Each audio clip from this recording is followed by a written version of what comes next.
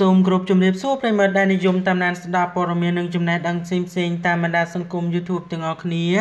ថ្ងៃនេះ Channel ខ្ញុំបាទសូមជូនព័ត៌មានថ្មីមួយក្រុមចំណងជើងថាក្រោយពីមានការរិះគន់ផ្ទួនអំពីការទារសំណង$200,000ម្ដាយប្អូនស្រីឌុំរីដាបានឆ្លើយតបទៅវិញទាំងទឹកភ្នែកថាបាទប្រិយមិត្តរបស់យើងលោកពិតជាបានជ្រាបជាក់ជាមិនខានទេពាក់ព័ន្ធជាមួយនឹងម្ដាយឌុំរីដាបានដាក់ពាក្យបណ្ដឹងដើម្បីទាមទារសំណងជំងឺចិត្តចំនួន$200,000ដោយមិនដោយគាត់បានទាមទាររឿងមួយចំនួនទៀតនេះបើតាមការផុសរបស់កូនស្រីទី1របស់គាត់បានផុសបញ្ជាក់ថាទាមទារសំណង$200,000នេះហើយត្រូវមានលក្ខខណ្ឌមួយទៀតគឺលក្ខខណ្ឌឲ្យសិស្សនិស្សិតចំនួន23នាក់ធ្វើការរៀនសូត្រនៅសាកលវិទ្យាល័យដោយខាងជនបង្កត្រូវជួយថ្លៃចេញនៅសិស្សក្រីក្រមួយចំនួនហើយស្រាប់តែថ្មីនេះមានការរិះគន់ពីជាបន្តបន្ទាប់អំពីមហាជនចំពោះអ្នកមិញផងដែរដូច្នេះកុំឲ្យប្រិយមិត្តរបស់យើងរងចាំយូរសូមមេត្តាជួយ Subscribe និង Like Subscribe រួចហើយកុំភ្លេចចុចនៅសញ្ញាកណ្ដឹងដើម្បីទទួលបាននូវព័ត៌មានថ្មីបន្ថែមទៀតអំពី Channel ខ្ញុំបាទគួររំលឹកឡើងវិញបន្តិចកាលពីរសៀលថ្ងៃទី26ខែមីនាឆ្នាំ2019ស្ថិតនៅតាមបណ្ដោយផ្លូវ317កែងនឹងផ្លូវលេខ228ក្នុងសង្កាត់បឹងកក់1ខណ្ឌទួលគោករាជធានីភ្នំពេញមានរថយន្ត Range Rover មួយគ្រឿងពាក់ស្លាកលេខភ្នំពេញ 2AF ការ៉េ7មួយគ្រឿងបានបើកបរយ៉ាងលឿនដូចនៅក្នុងរឿង Hollywoodហើយទៅប៉ះនឹងនារីម្នាក់ដែលជានិស្សិតនៅសាកលវិទ្យាល័យ Paragon ខណៈនាងកំពុងតែបើកបរម៉ូតូតាមបណ្ដាល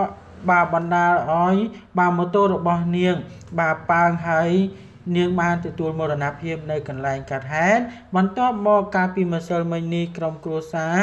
បានទាមទារសំណងអ្នកបង្កចំនួន$200,000ក្នុងនោះមានមហាជនជាច្រើនផងដែរមានការរិះគន់និងមានមហាជនជាច្រើនដែលគាំទ្រមានទាំងអ្នករិះគន់និងអ្នកគាំទ្រយ៉ាងណាមិញម្ដាយរបស់កញ្ញាឌុំរីដាបានរៀបរាប់ទាំងទឹកភ្នែកជាប់នឹងថ្ពាល់របស់គាត់ទាំងសងខាងក្នុងការផ្សាយផ្ទាល់ជាមួយនឹង Page TVSB ថាសំណង$200,000មិនអាចបដូរយកកូនគាត់កូនស្រីជាទីស្រឡាញ់របស់គាត់មកវិញបាននោះទេអ្វីដែលសំខាន់គឺគាត់សំណូមពរដល់មហាជនមេត្តាឈប់តិចទៀនលើរូបគាត់ទៀតទៅគាត់មិនចង់បានអ្វីក្រៅពីកូនស្រីជាទីស្រឡាញ់នោះទេ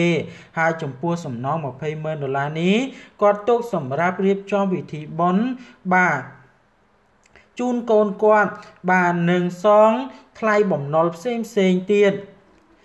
ដែលគាត់បានខ្ចីបុលគេយកមករៀបចំពិធីបុណ្យនឹងឲ្យកូនរៀន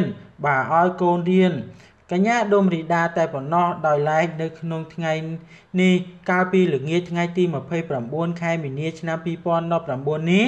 ក្រុមការងារ TVSB មានលោកសវណ្ណរិទ្ធីនិងក្រុមការងាររបស់លោកបាននាំយកថវិការបស់សប្បុរសជនដែលផ្ញើតាមរយៈក្រុមការងារ TVSB យកមកជូនក្រុមគ្រួសារប្អូនស្រីឌុំរីដាដែលត្រូវបានរថយន្ត Range Rover ដែលបើកបរដោយឈ្មោះយន្តម៉ាណាដោយយកទៅនៅគេហដ្ឋានស្រុកខ្សាច់កណ្ដាលខេត្តកណ្ដាលក្នុងនោះមានថវិកាទាំងអស់សរុបចំនួន$450ហើយនៅក្នុងនោះដែរមានថវិកាលោកប្រាក់សុភ័ណ្ឌចំនួន$250ថវិកាហាង Swag Auto Car ចំនួន$100និងថវិការបស់ដួងវិនិច្ឆ័យចំនួន$100ផងដែរនៅក្នុងកិច្ចសម្ភាសន៍នេះដែរម្ដាយប្អូនស្រីឌុំរីដាបានយំទាំងទឹកភ្នែកចំពោះមតិមហាជនដែលតែងតែរិះគន់គាត់មកលើគ្រួសារដែលគាត់បានទាមទារសំណងជំងឺចិត្តចំនួន$200,000អាមេរិកដោយគាត់បានអះអាងថា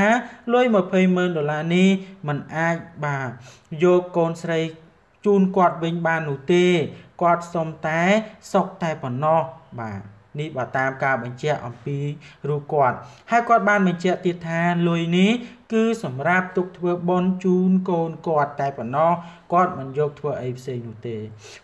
នេះគ្រាន់តែជាការដាក់ប៉ុណ្ណោះប៉ុន្តែរហូតមកទល់ថ្ងៃនេះខាងតុលាការមិនទាន់កាត់ក្តីបាទថាឲ្យអ្នកស្រីនឹងទទួលបានសំណងគ្រប់$200,000 100% ឬយ៉ាងណានោះទេបាទដូច្នេះព័ត៌មាននេះមានប៉ុណ្ណឹងដើម្បីទទួលបាននូវព័ត៌មានថ្មីបន្ថែមទៀតសូម Subscribe និង Like ចំណែកខ្ញុំបាទសូមអរគុណនិងសូមគោរពលា